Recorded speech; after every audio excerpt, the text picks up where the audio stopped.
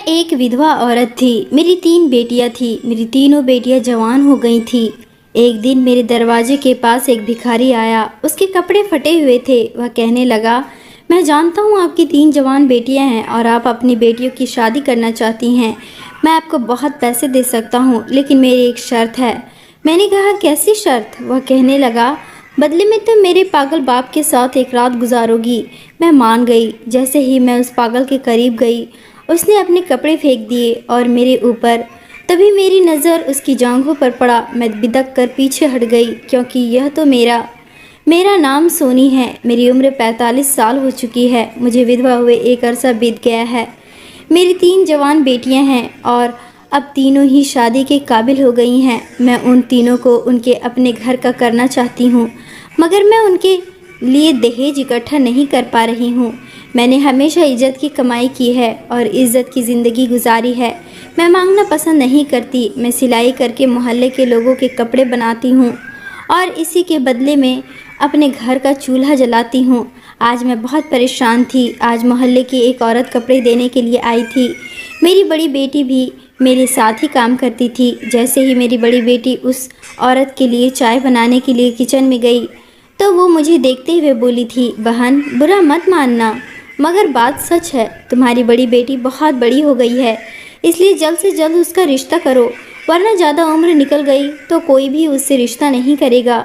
फिर किसी बूढ़े का रिश्ता ही तुम्हारी बेटी के लिए आएगा। ये बात सुनकर मैं वाकई बहुत परेशान हो गई थी। हाँ, मेरे दिमाग में ये बात थी कि मेरी बेटी 28 साल की हो गई है। अगर मैंने उसकी शादी वक्त पर नहीं की तो अच्छे रिश्ते मिलने में बहुत परेशानी होगी। आज जो बात वो औरत कह के गई, उसकी बातें मेरे दिमाग में घूमने लगी। मैंने इस बारे में तो बिल्कुल नहीं सोचा था कि अगर मैंने वक्त पर अपनी बेटी की शादी नहीं की तो कुछ साल बाद मुझे एक बूढ़े से अपनी बेटी की शादी करनी पड़ सकती है। और मैं ये किसी कीमत पर भी करना नहीं चाहती थी, क्योंकि मेरी तीनों बेटियां बेहद खूबसूरत और जवान थी।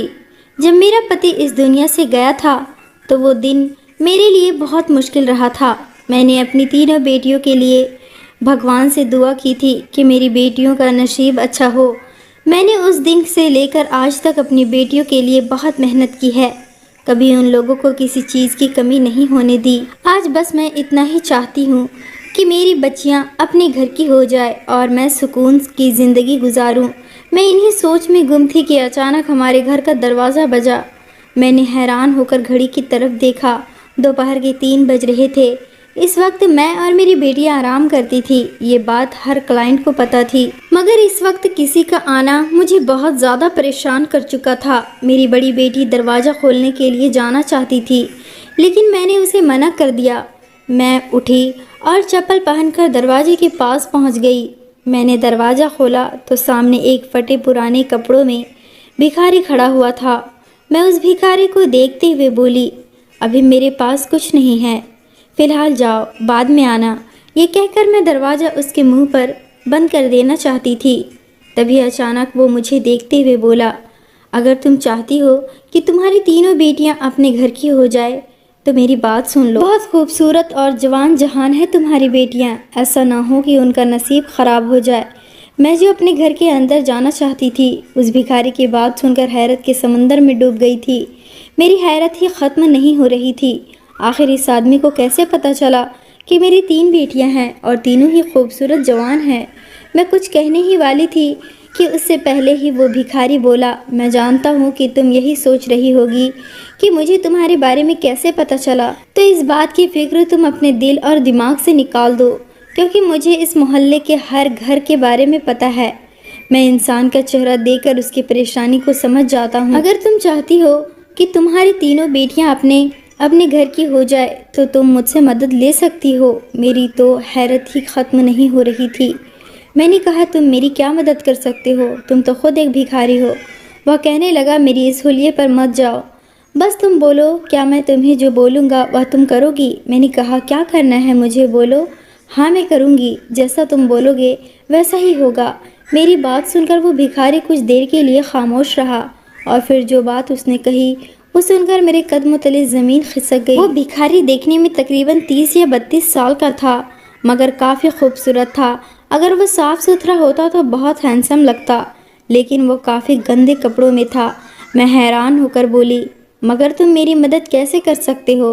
तुम तो खुद लोगों से भीख मांग रहे हो। मेरी बात सुनकर वो भिखारी मुस्कुराया था और मुझे देखते हुए बोला था, ये तुम्हारी परेशानी नहीं है कि मैं भीख मांगता हूँ या फिर हाथ पैर कटवाता हूँ। तुम इतना बताओ कि क्या तुम वो करोगी जो मैं बोलूँगा। मैं उसकी बात सुनकर चुप हो गई थी। मेरे पास कहने के लिए कुछ भी नहीं था। अगर मैं उसकी बात मान लेती तो मेरे लिए बहुत आसानी हो सकती थी, और अगर मैं उसकी बात ना मानती तो मेरे लिए बहुत ज़्यादा मुश्किलें थी। उसका कहना था कि मुझे एक रात उसके बाप के साथ गुजारनी है, फिर वो मुझे इतना पैसा देगा कि मेरी ज़िंदगी बदल जाएगी और मैं अपनी तीनों बेटियों की शादी बहुत धूमधाम से कर सकती हूँ। मेरे पास ये बहुत बड़ा मौका था और मैं इस मौके को बिल्कुल भी गंवाना नहीं चाहती थी। मैंने उस भिखारी की तरफ देखा और एक सांस में बोली, जैसा तुम कह रहे हो वैसा मैं करने के लिए तैयार हूँ, मगर तुम मुझसे वादा करो कि तुम वाकई मुझे बहुत पैसे दोगे। मेरी बेटियाँ बहुत तकलीफ़ में हैं और मैं उनकी शादी कर देना चाहती हूँ। मैं अपने फ़र्ज से मुक्त होना चाहती हूँ। मेरी बात सुनकर वो भिखारी पूरे यकीन से बोला, हाँ मैं वादा करता हूँ कि मैं तुम्हें इतने पैसे दूंगा कि तुम अपनी तीनों बेटियों को विदा कर सकोगी, लेकिन मेरे बाप के साथ एक रात गुजारना होगा, उनकी ख्वाहिश को पूरा करना होगा। अगर तुमने ये काम कर लिया तो मैं तुम्हें इतना अमीर बना दूंगा कि तुम हैरान रह जाओगी। मैं खामोश थी। मैंने उस भिखारी को हाँ कर दिया और उसकी तरफ देखते हुए बोली, मुझे कब चलना होगा? वह कहने लगा, अगर तुम अभी चल सकती हो मेरे साथ तो चलो, मैं तुम्हें आज ही अपने साथ लेकर चलूँगी। लेकिन मैंने कहा, अभी मेरी बेटियाँ जाग रही हैं, अगर मैं तुम्हारे साथ जाऊँगी तो वो मुझसे सवाल करेंगी, इसलिए तुम अभी लौट जाओ। कल मुझे लेने के लिए आ जाना, मैं कोई ना कोई बहाना बनाकर तुम्हारे साथ चलूँगी। मेरी बात सुनकर उस भिखारी ने सिर हाँ में हिलाया और मेरे दरवाजे से चला गया। मैं अजीब उलझन में फंसी हुई थी, क्या मुझे ये काम करना चाहिए या नहीं। मेरी उम्र 45 साल हो गई थी। मेरे दिल से सभी इच्छाएं मर चुकी थी और इस उम्र में किसी मर्द का मेरे पास आना मुझे तकलीफ़ भी दे सकता था। लेकिन मैं फ़िलहाल इस तकलीफ़ के बारे में ज़्यादा सोचना नहीं चाहती थी। मुझे सिर्फ़ और सिर्फ पैसे चाहिए थे और पैसे की वजह से ही मैं ये सब कुछ करने के लिए तैयार हो गई थी। मैं घर के अंदर गई तो मेरी बड़ी बेटी मुझे ही देख रही थी। मैं बुरी तरह डर गई थी कि कहीं वो मेरी और उस भिखारी की बातें सुन तो नहीं ली, लेकिन उसने ना हमारी बात सुनी और ना ही उस भिखारी को देखा। वह पूछने लगी, माँ आप बाहर क्या कर रही थी? किससे बातें कर रही थी? तभी मैंने कहा, वो कुछ नहीं, मेरी दोस्त आई थी, कपड़ों का ही पूछ रही थी, लेकिन मैंने अभी मना कर दिया है। पहले से ही कितने कपड़े रखे हुए हैं, पहले उस माल को पूरा करेंगे फिर नया माल लेंगे। मेरी बेटी कहने लगी, सही किया आपने, पहले का काम तो ख़त्म कर लें। अच्छा मैं सो रही हूँ। इतना कहकर वह लेट गई और जल्दी ही गहरी नींद में सो गई। मैं भी दोपहर के वक्त सोया करती थी, लेकिन आज उस भिखारी की बात सुनकर मेरी नींद उड़ गई थी और मैं लगातार उसके बारे में ही सोचती जा रही थी। वक्त गुजरता जा रहा था और मैं किसी भी कीमत पर अपने अंदर हिम्मत नहीं जुटा पा रही थी। मेरा दिल कर रहा था कि मैं ये बातें अपनी बेटियों को बताऊं, लेकिन मुझे ये भी पता था कि जब मेरी बेटियों को इस बारे में पता चलेगा कि उनकी माँ क्या काम करने के लिए जा रही है तो वो मुझसे नफरत करने लगेंगी। इसलिए मैंने चुपचाप अपना काम करना था। धीरे धीरे रात गुजरती जा रही थी, लेकिन मेरी धड़कनें बिल्कुल भी काबू में नहीं आ रही थी। सुबह का सूरज जैसे ही निकला, मैं तुरंत उठ गई। मेरी तीनों बेटियां भी जाग चुकी थी, क्योंकि हम सुबह सवेरे ही सारे काम निपटा लिया करते थे। मैं तैयार हो रही थी, तभी मेरी बड़ी बेटी फ़ौरन मुझसे बोली, मम्मी कहाँ जाने की तैयारी कर रही हो? काम तो इतना पड़ा हुआ है, आप कब तक वापस आ जाओगी? मैंने एक नज़र उसके वजूद पर डाली और धीरे से बोली, एक बहुत ज़रूरी काम से जा रही हूँ, तुम दुआ करना कि कामयाब होकर आऊँ, बाकी आकर देखती हूँ, तुमसे जितना हो सकता है तुम कर लेना। मेरी बात सुनकर वो फ़ौरन मान गई और मैं जल्दी से अपने शरीर पर काली चादर लपेटकर सड़क पर जाकर खड़ी हो गई, क्योंकि अगर वो भिखारी हमारे मोहल्ले में आकर मुझे ले जाता तो सारी औरतें मुझे उसके साथ जाते हुए देख सकती थी और मेरी बेटियों को भी मुझ पर शक हो सकता था, और मैं ये शक किसी पर भी जाहिर नहीं करना चाहती थी कि मैंने अपनी बेटियों की शादी करवाने के लिए किसी मर्द के साथ रात गुजारी है। मेरे सोचने के बिल्कुल ठीक मुताबिक थोड़ी देर बाद वो भिखारी मुझे सामने से आता हुआ नज़र आया। उसने आज भी फटे पुराने कपड़े पहन रखे थे। चेहरा भी बहुत ख़राब लग रहा था। मैंने खामोशी से सिर झुका लिया था। वो भिखारी मेरे पास आया और अपने पीछे आने के लिए इशारा किया। मैं भी जल्दी से उसके पीछे चल पड़ी ताकि मैं उसके बाप के पास जल्द से जल्द पहुंच जाऊं और उसका काम पूरा करके पैसे ले लूं। मुझे बार बार एक तवायफ का गुमान हो रहा था, लेकिन मैं अपना सिर झटक रही थी। औलाद के लिए इंसान को बहुत कुछ करना पड़ता है, मगर औलाद इंसान को आखिर में कुछ भी नहीं देती सिवाय जलील करने के। मगर मुझे यकीन था कि मेरी बेटियां मेरे साथ कभी भी गलत नहीं करेंगी, बल्कि मेरा बहुत ख्याल रखेंगी और मुझसे बहुत प्यार करेंगी। वो भिखारी मुझे सामने खड़ी हुई गाड़ी के पास ले गया। मैं हैरान थी कि इतनी बड़ी गाड़ी किसकी हो सकती है। मैं हैरत के समंदर में डूबी हुई थी। वो भिखारी मुझे देखते हुए बोला, इस गाड़ी में आप बैठ जाएं, मैं एक काम करके आता हूँ। मैं हैरान हुई और उसकी तरफ देखते हुए बोली, ये गाड़ी वाकई आपकी है? उसने सिर हाँ में हिलाया और दूसरी तरफ चल पड़ा। मैंने गाड़ी का दरवाज़ा डरते डरते खोला और मेरी बिल्कुल सोचने के उलट दरवाज़ा खुला हुआ था, यानी वो भिखारी सच बोल रहा था।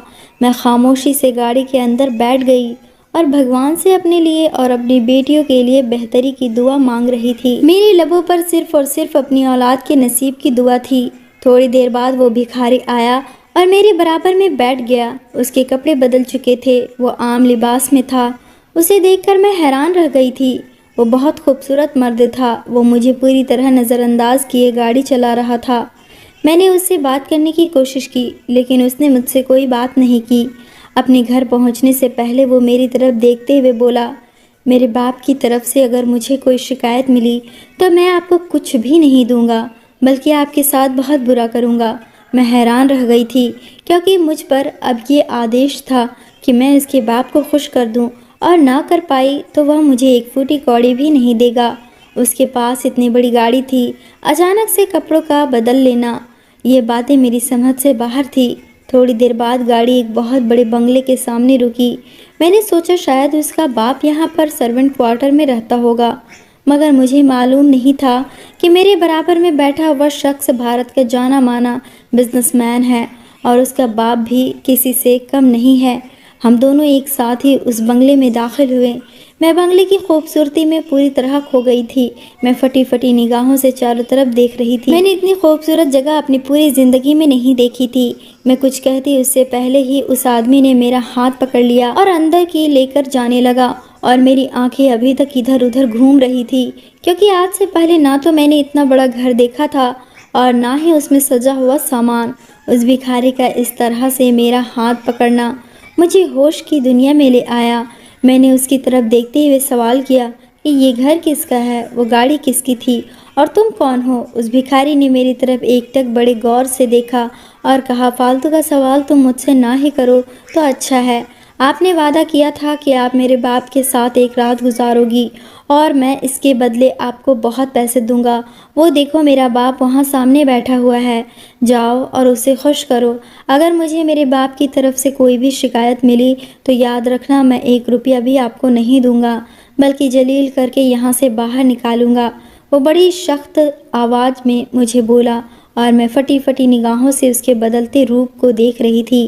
कल जब इस इंसान से मेरी मुलाकात हुई थी तब ये मेरे साथ बहुत अच्छा बर्ताव कर रहा था, लेकिन अब अचानक से उसका बदल जाना मुझे हैरत के समंदर में डुबो चुका था। मैं कुछ कहती उससे पहले ही वह ऊपर की ओर बढ़ गया था। मेरे शरीर में अचानक से कपकपी छा गई थी, लेकिन उसकी बात भी सही थी। मुझे पैसे की ज़रूरत थी और अब किसी भी कीमत पर अपने कदम पीछे नहीं हटा सकती थी। मेरे सिर पर 3 जवान बेटियां का बोझ था। मैंने गहरी सांस लेते हुए खुद को संभाला और धीरे धीरे उस आदमी के पास पहुंची। उसकी उम्र करीब 50 साल हो रही होगी।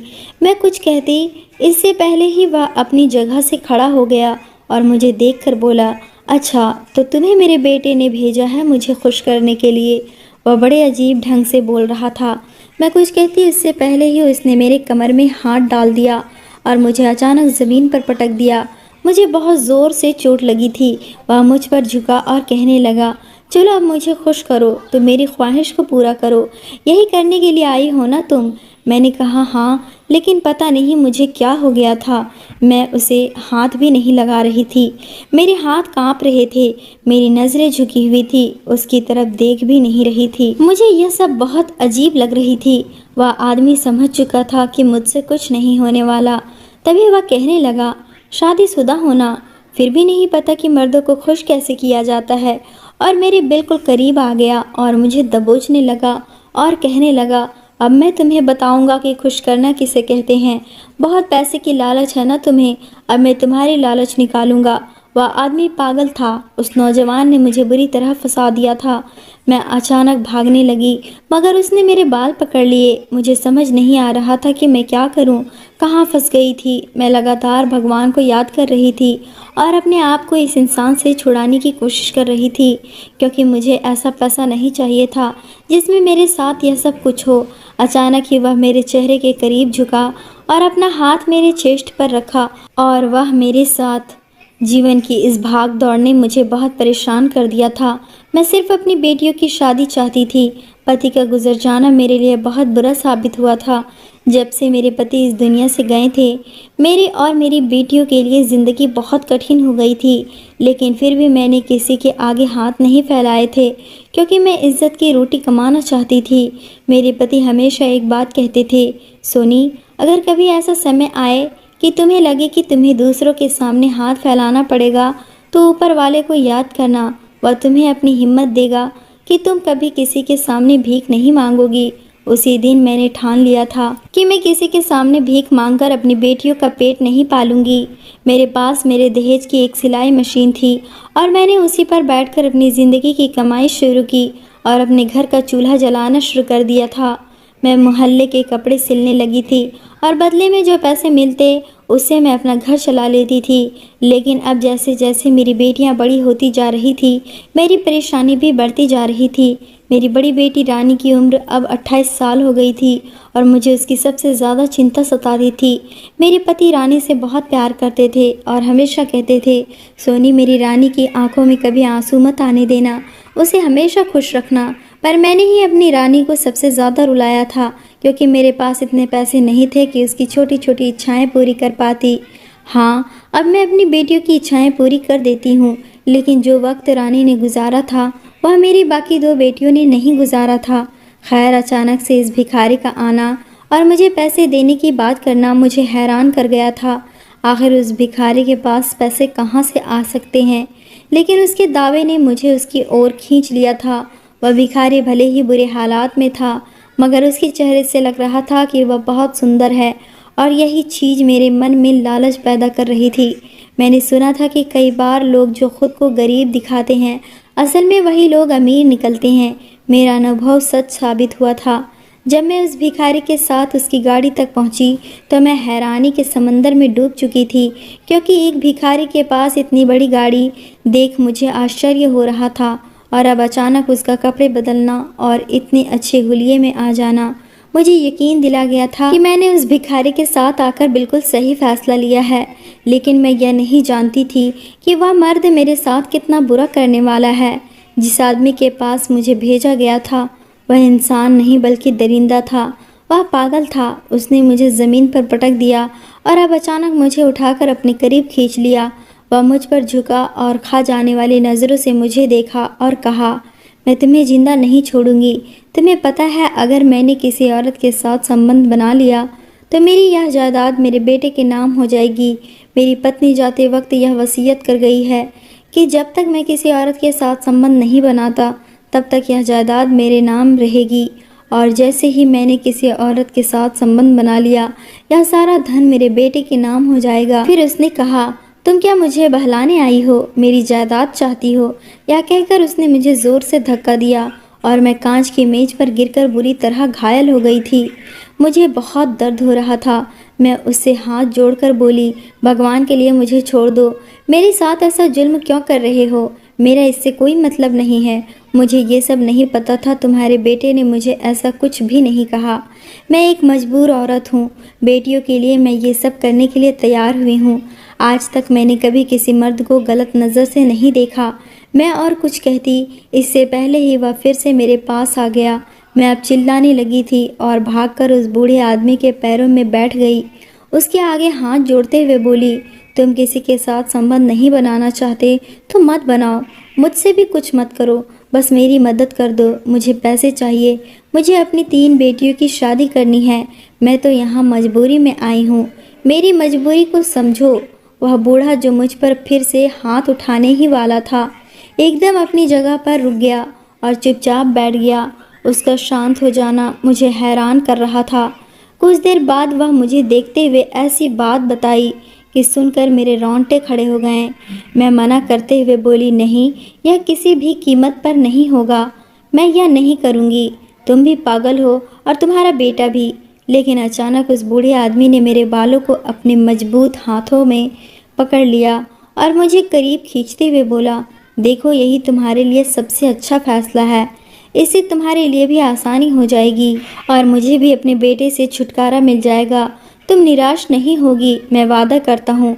वह आदमी मुझे बहुत अजीब लगा। कहने को तो वह पागल था, लेकिन उसकी बातें समझदारी भरी लग रही थी, जिससे मैं चुप हो गई थी। मैंने उस आदमी से कुछ वक्त मांगा, जबकि वह सिर हिलाते हुए बोला, पर ज़्यादा समय नहीं, सिर्फ 2 दिन। मैं तुम्हारी ज़िंदगी बर्बाद कर दूँगा, क्योंकि जो भी औरत मेरे पास आती है उसे मैं बर्बाद कर देता हूँ। यही मेरा काम है। मैं हर उस औरत को बर्बाद करूँगा जो अपने शरीर का सौदा चंद पैसों के लिए करती है। मेरा मन कर रहा था कि मैं यहाँ से भाग जाऊँ, क्योंकि मुझे कुछ समझ नहीं आ रहा था। मैं चुपचाप उस घर से बाहर निकल आई। मेरी आंखों से आंसू बह रहे थे। मैं किस मुसीबत में फंस गई थी। बाहर आई तो ड्राइवर मुझे छोड़ने के लिए खड़ा था।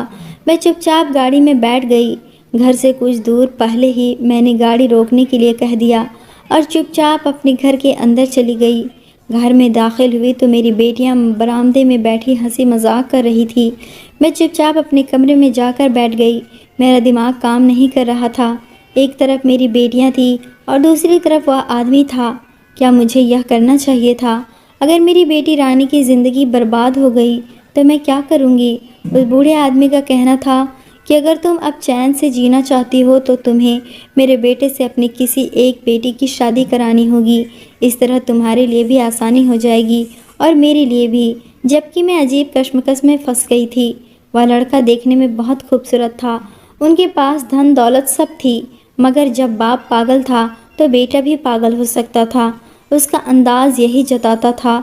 वह लालच में आकर हर औरत की ज़िंदगी को बर्बाद कर रहा था। क्या मुझे ये करना चाहिए था? मैं सोच सोच कर अजीब मुसीबत में डूब गई थी। 2 दिन कैसे गुजर गए पता ही नहीं चला, मगर मैं अब तक कोई फैसला नहीं कर पाई थी।